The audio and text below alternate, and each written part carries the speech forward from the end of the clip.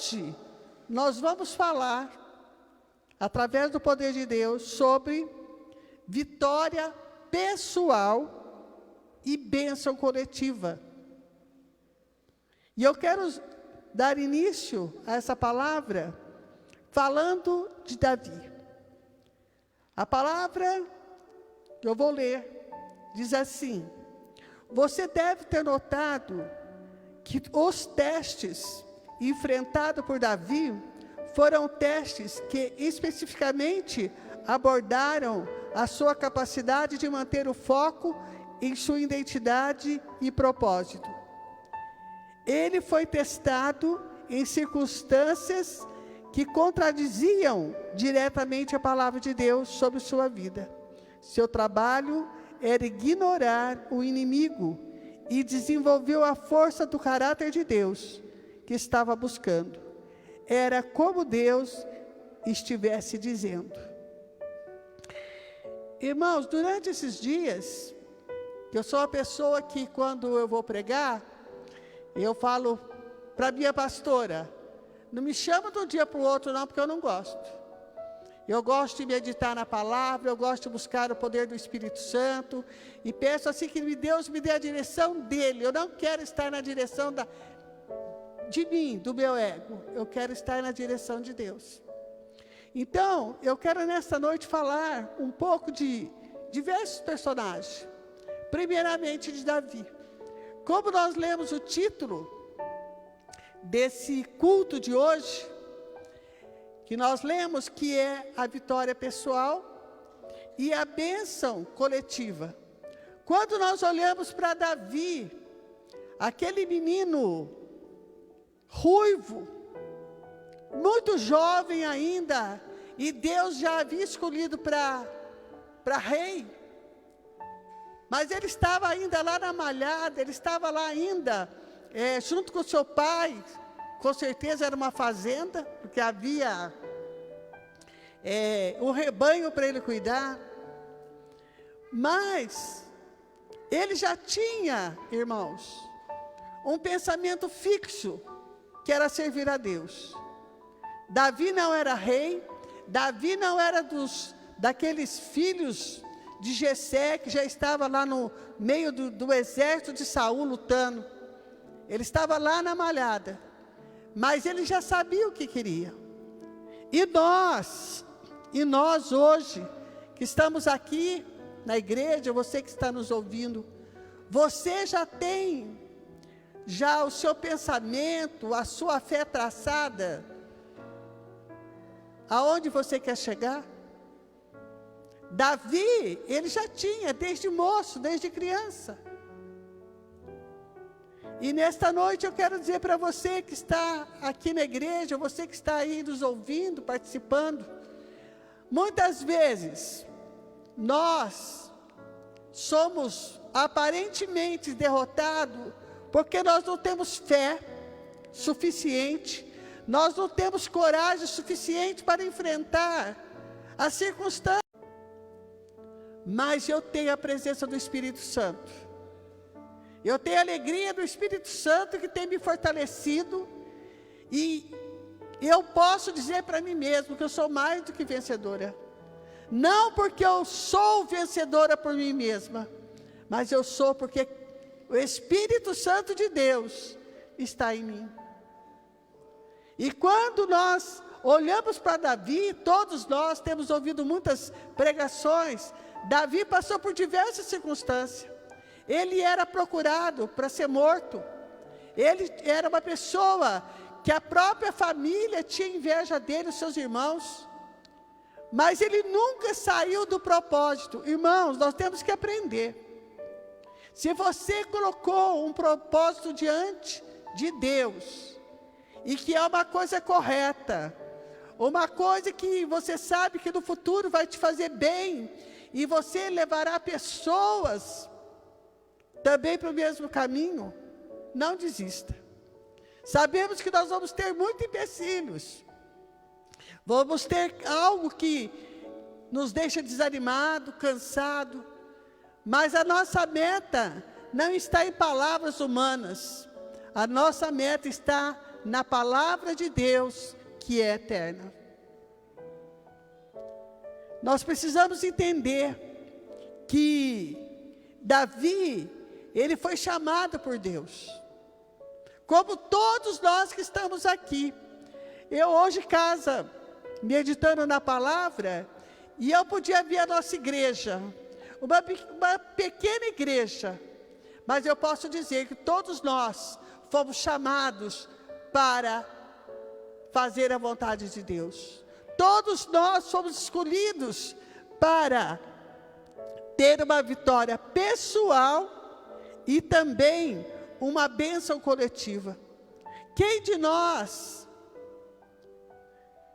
não queremos ter vitória numa área e ver outros irmãos participando também deste momento, né? Eu vejo assim, lembrei-me agora que quando, há muitos anos atrás, há 46 anos atrás, quando eu com meu esposo fomos sorteados de casa popular, que alegria! Nós estávamos ali há alguns anos orando para que Deus preparasse de nós sermos sorteados ali. E quando nós fomos sorteados e fomos até lá, não era só nós, mas tinha 120 famílias ali se alegrando com aquele dia tão maravilhoso que a gente ia possuir uma casa. E isto aconteceu com Davi. O Davi estava lutando ali contra todas essas coisas que eu mencionei, mas aí era pouco para aquilo que Deus queria fazer através dele. E nós sabemos que Davi, ainda que fosse um homem pecador, porque nós conhecemos a história da vida dele, como ele nunca desistia de servir a Deus, mesmo diante do pecado, das dificuldades, quando ele chegava diante de Deus, ele se fortalecia, porque Deus era com ele. Deus estava com Davi. E posso dizer hoje, sem ter dúvida nenhuma, que Deus, através do Espírito Santo, Ele está aqui com cada um de nós. Ele está aqui. Porque é uma promessa de Deus para nossas vidas, irmãos. Não é uma palavra de homem, de qualquer pessoa, mas é uma promessa de Deus que fez os céus e a terra. Aquele que entregou seu Filho amado, Jesus Cristo, para morrer no nosso lugar. E posso também falar de mais um personagem na Bíblia que parecia tão pequeno diante dos seus olhos, que esqueci o nome do homem, Josué, capítulo 6, olha aí para mim,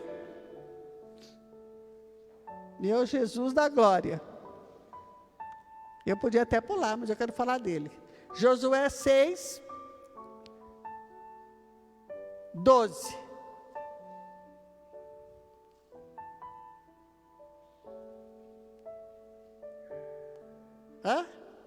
Josué, né? Josué, ele era um homem pequeno nos seus, perante a sociedade, perante os seus familiares, né? Porque aqui ele fala sobre isso, e ele está ali, né? Defendendo ali o seu pão de cada dia, porque ele estava malhando trigo, e aqui a palavra diz, eu falei de Josué, mas é Juízes, não é? Gideão, né? 6, deixa eu ver onde que está aqui. Gideão, no Juízes 6, 12 a 16, diz assim: então o anjo do Senhor apareceu-lhe e disse: o Senhor é contigo, varão valoroso. Mas Gideão lhe respondeu: ai, Senhor meu, se o Senhor é conosco, por que tudo isso me sobreveio? E que é feito de todas as suas maravilhas dos nossos pais nos contaram dizendo: não nos fez o Senhor subir do Egito?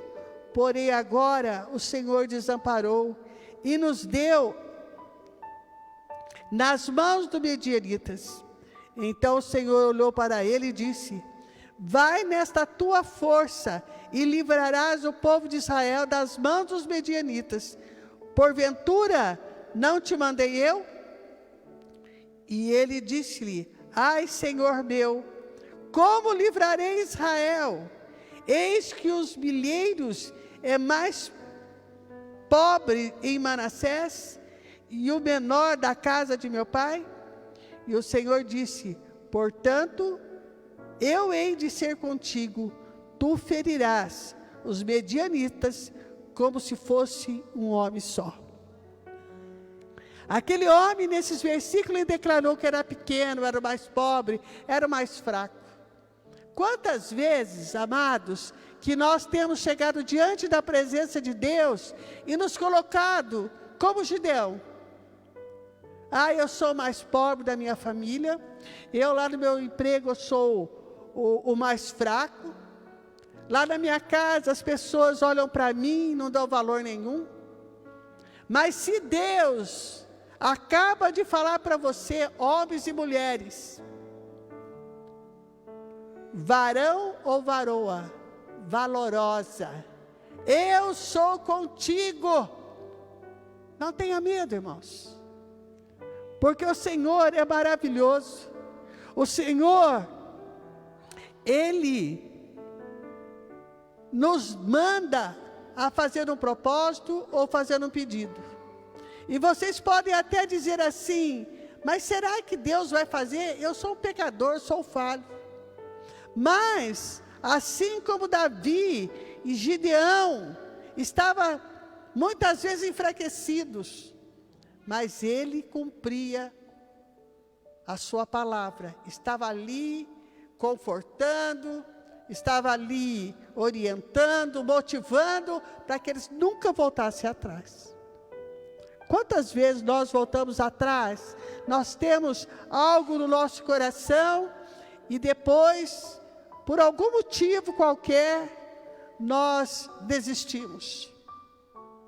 Amados, desde quando aceitei Jesus, com 12 anos, eu sempre nas minhas orações, eu dizia para Deus: eu quero fazer a tua obra até quando eu morrer.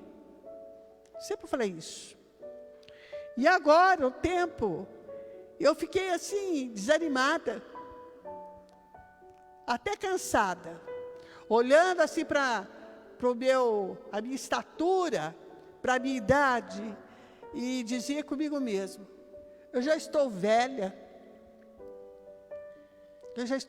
estou cansada, já fui jubilada, para que pensar tanto, ficar em casa? Mas o Senhor fez eu voltar atrás e lembrar que um dia eu disse para Ele que eu quero falar do nome dEle até o dia que Ele me chamar. Eu pedi um dia, eu confessei, eu queria, quero, mas no momento de dificuldade, eu quis desistir, mas o Senhor não permitiu. E assim o Senhor fez com Davi. Davi, ele tinha homens que andavam com ele, homens pecadores, homens que tinham fugido, porque eram homens declarados maus. Então Deus enviou Davi no meio daqueles homens, para que ele pudesse tratar com Davi, mas também com aqueles homens pecadores, falhos, perversos até, diz a Bíblia. Porque Deus ia tratando com Davi, ia tratando com aqueles homens, para que quando Davi fosse rei, aqueles homens já estavam preparados para estar do lado de Davi. Sabe, irmãos, às vezes a gente acha que nós somos tão pequenos, tão falhos, que Deus nem vai nos capacitar para alguma coisa. mas Deus já nos escolheu ainda no ventre da nossa mãe. Se você tem dúvida, vai pensando na sua vida, quantas coisas que nós poderíamos ter feito na nossa juventude, começando de mim, e que Deus dizia não. Mesmo quando a gente se forçava a fazer, Deus tirava a gente daquele lugar. Principalmente os jovens. Eu já disse uma vez, mas vou repetir. Eu ainda era bem nova, eu tinha 20 anos. E eu nunca fui de ter muitos amigos. A única que eu tinha um dia disse para mim, olha, se você não for pular carnaval comigo o ano que vem, e essa data que ele falou comigo foi em dezembro, a nossa amizade vai ser cortada, eu não quero ter mais amizade com você. Na hora, irmãos, o Espírito Santo disse no meu coração, não, a amizade acaba agora. E eu disse para ela, então, Angélica, a nossa amizade não vai terminar em fevereiro, vai terminar hoje. Nós estávamos numa rua e eu atravessei do outro lado. Talvez, se eu tivesse agradado a minha amiga, talvez eu não estaria hoje aqui.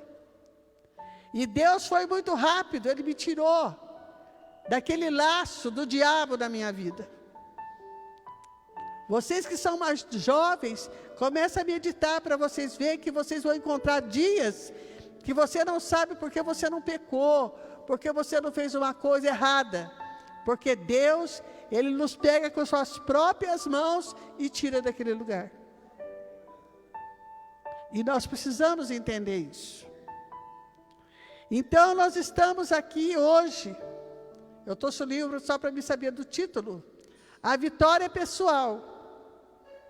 E a bênção é coletiva.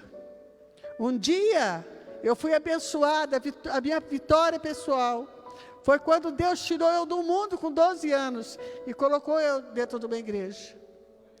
Casei com um homem que não servia a Deus.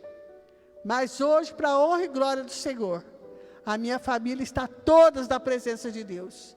Até o meu bisneto. Sabe, irmãos? Porque Deus, Ele quer te abençoar. Mas Ele quer levar pessoas, mas Ele não quer que eu seja abençoada sozinha. Mas que muitas pessoas que me ouvirem e der crédito à palavra de Deus, serão abençoados também. E eu quero também falar de mais uma pessoa. Tem alguém que assiste Gênesis aqui?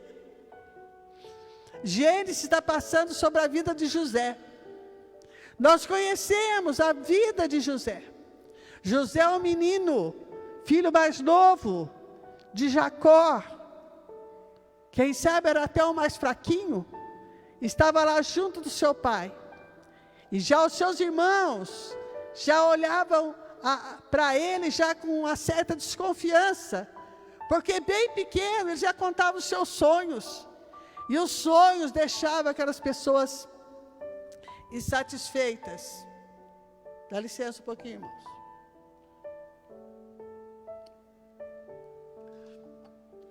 E como nós conhecemos a história de José, seus irmãos o venderam para o Egito, para ser escravo.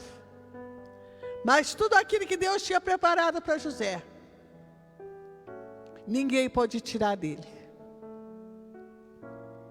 E ele, certa vez, preso já lá no Egito, Deus deu a ele uma revelação de um sonho que o faraó teve. E ele foi levado, para o palácio de um encarcerado, de uma pessoa sem valor nenhum. Ele foi levado para dentro do palácio, sendo governador. Mas quando Deus estava preparando José, dava uma impressão que era só José que Deus estava cuidando. Mas quando nós lemos o feito de Deus através de José, nós sabemos que muitas pessoas, o Egito e todas as redondezas deste país foram abençoadas, porque naquela época veio uma fome muito grande naquele país. Mas Deus tinha preparado José para cuidar da plantação do trigo. E quando veio a fome, não só José desfrutou daquilo que Deus tinha dado para ele, mas ele pôde dividir com todo o Egito, inclusive com os seus irmãos, que achavam que ele já tinha até morrido. Sabe, irmãos, nós estamos vivendo num tempo que nós temos que meditar muito na palavra de Deus. Nós precisamos saber que nós estamos vivendo momentos difíceis. E hoje eu assistindo, hoje não, ontem, porque hoje eu não assisti televisão. Ontem eu estava assistindo o jornal e foi falado assim que hoje pessoas com 65 anos não é mais terceira idade. Vocês ouviram falar isso? E está lá na Câmara, não é só falado não. Estão para assinar que uma pessoa com 65 anos não é mais terceira idade. O que eu tenho no meu pensamento? Uma pessoa com 65 anos, ele vai ter que trabalhar. Ele vai ter que fazer alguma coisa. E aí, nós vemos que nós, se nós não tivermos Deus do nosso lado, cuidando das nossas vidas, o que será de nós daqui a um tempo? Mas eu quero voltar, eu quero que você abra lá em João. João 19.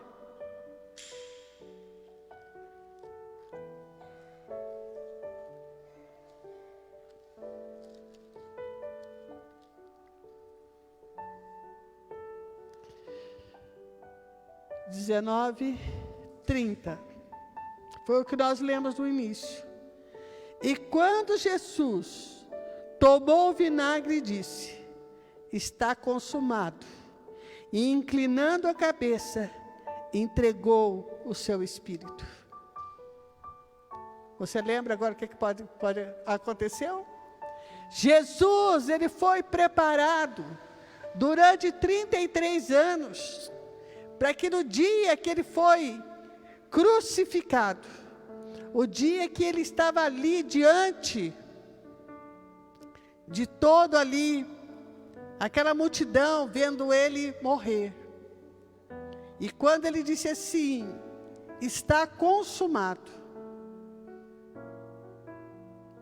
a vitória pessoal dele, porque ele sabia que ele tinha cumprido a vontade de Deus em todos os sentidos. Ele não tinha pecado, ele não tinha falhado, ele tinha ensinado os 12 discípulos, ele tinha curado, ele tinha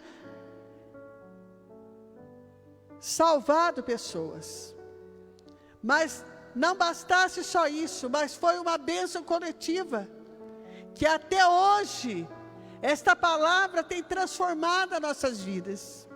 Quando Jesus disse assim: está consumado, Ele quis dizer para nós, nesse dia, tudo que era para ser feito, para que você fosse salvo, para você ser um testemunho vivo do poder de Deus, que você possa viver uma vida tranquila com Jesus, porque a tua vida será maravilhosa eternamente. Foi quando Jesus disse assim: está consumado. Tudo que era para ser feito, Jesus fez.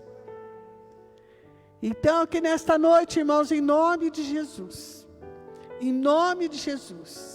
que quando você ler essa palavra, que nós acabamos de ler aqui, está consumado, o Senhor deu a sua vida pela nossa vida.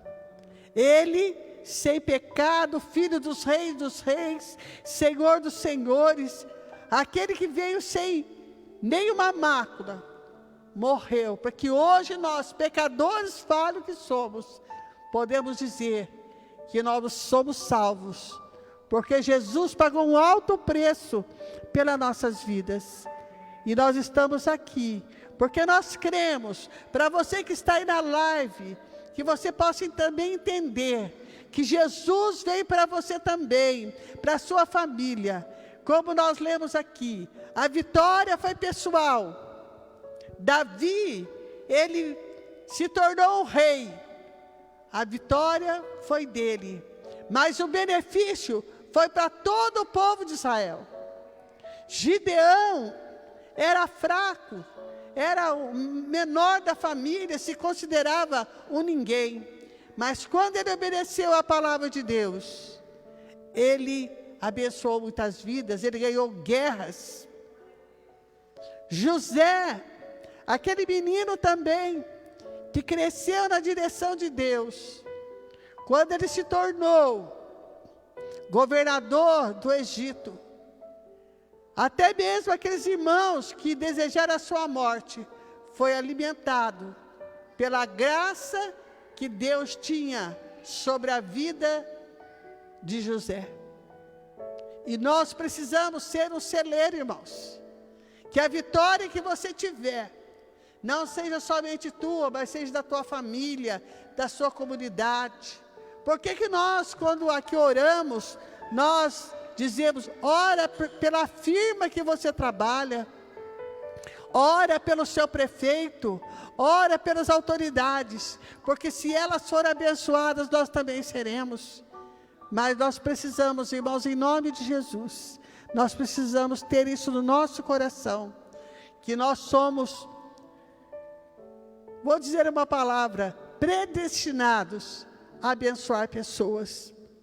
E eu quero nesta hora, em nome de Jesus, eu quero orar com a igreja.